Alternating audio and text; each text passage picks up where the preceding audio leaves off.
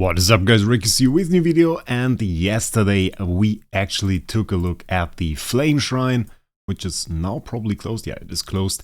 And the question most people asked was, well, Wraec, if the Flame Shrine bosses now heal, can you actually kill them with healing curses? Healing curses mechanic, well, that we often face in Void Campaign, and that's no longer really a thing in PvP.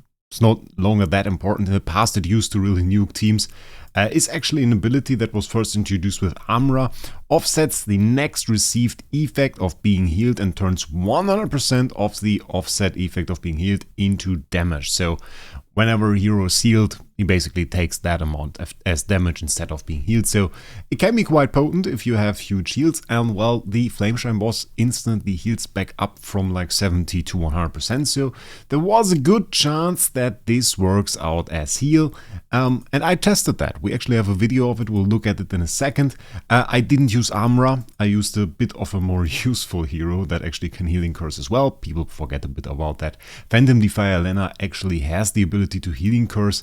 With her core, there are different tricks, and we have this one trick is Deception, 50% chance to inflict healing curse on every enemy respectively. So what I did was I put her in the team, took out Wraec, and then just let the fight run and try to hit the 70% threshold. And well, we're now going to take a look at what exactly happens and are going to analyze it a little bit.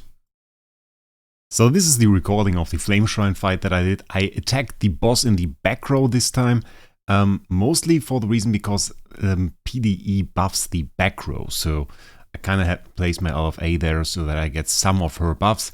And this is the fight where we actually hit him below that threshold. There are going to happen some interesting things. And we're going to take a look at it, analyze it a little bit. The boss in the back row at around, well, 70-80%, I guess it was. He's going to recover, but he's going to do a bit more than that. Now we have the healing curses there, front row boss, and our boss that we are attacking already have a healing curse.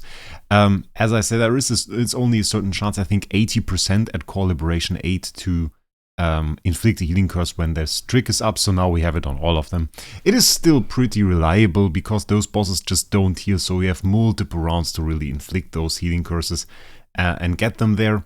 Another thing I have to say, back row really somehow not that great for damage, it seems. Didn't really figure it out, but all of my hits were quite bad. Still, we are hitting him, and I think it was around 12 that we are actually going to take that hit. And we're going to take a look at that scene a few times actually, because really there are a few things to observe during that hit. And it was a bit confusing. I still haven't quite found out what exactly happens there because it is very weird. Next round is actually the round we're looking for. So there we get the Olivia Shrink, and now we basically can pause that. I'll pause it in a second. So let's jump a bit back here. And there we see actually the second right after the hit. We see 5 debuffs there. Not exactly sure what this is. I'll write it down in the comments. I'm not sure about this symbol. So maybe we can find that out. Give me a second. Okay, that is reduced crit damage actually. Don't quite see that very often. And other than that, we see the bosses back to full HP, and all of the other debuffs that we see on the other bosses here. We have attack debuffs, we have poison, we have bleed. All of those vanished. We had those a second ago. We will have them again. And you can see it right here. We had 11 attack debuffs. We had those 5 crit damage debuffs that were still there. We had 6 poison. We had bleed on there.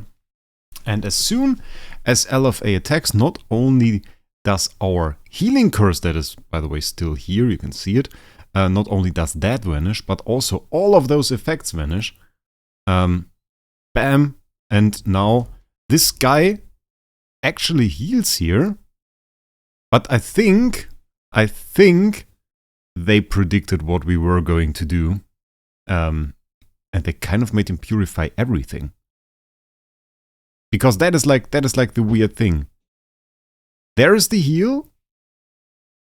About 3 billion it seems that is.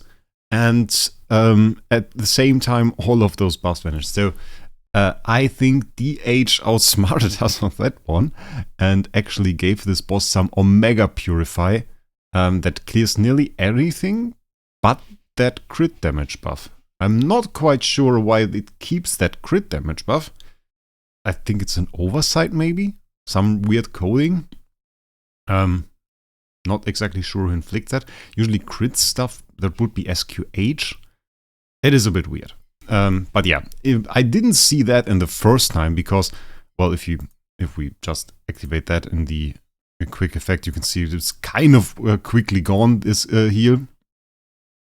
But I don't really see how we could counter that, because one of the things that I still wanted to test was actually effect of being healed debuffs. But if he just purifies all of those, well, no chance there, I guess. So yeah, I think the only way to really kill that boss now, with all that we've seen there, is to just one-shot him. And we have to one-shot him, do one single attack, and then kill him with that one attack. I think that would still work, but right now, with this strategy, I don't really see a way we could do it. Neither heal effect or effect of being healed debuffs.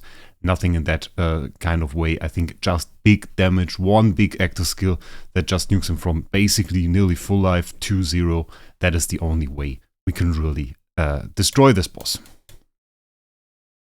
Okay, so I actually found it out and found out why he kept that. The reason is it is from SQH and it is Abyssal Corruption. The skill effect is actually the layer from the Abyssal Corruption, because that reduces the crit damage and is displayed as a real crit damage attribute reduction, despite being a skill effect. I never noticed that before. That is very weird. Never noticed that before. It is this one, less crit damage. And the one thing that, of course, then is clear is why it stays. It is a skill effect, it is not an attribute reduction, and probably they made it so it purifies all attribute reductions, marks, and I would guess, well, no, they don't really have to remove control effects because they can't inflict control effects on those guys, so probably attribute reductions and marks, and damage over time, obviously, yeah. And the other thing, the thing that made me actually notice it is the boss, if you scroll back in the video, he stays shrunk after he is attacked. So that is also, shrink is also a skill effect, and that also stayed active on him. So that's why it looked a bit weird and those two things stayed there. Yeah, but now we figured it out and figured out how it actually works with this little bit of testing. But really, well, it doesn't really help us. So we just know why it is the way it is, but I don't think it brings us any closer to killing it in the end. So yeah, for now, nothing we can really do there. Hope you liked the video. Make sure you subscribe to the channel. And with that, I wish you a great day. We'll see us in the next one.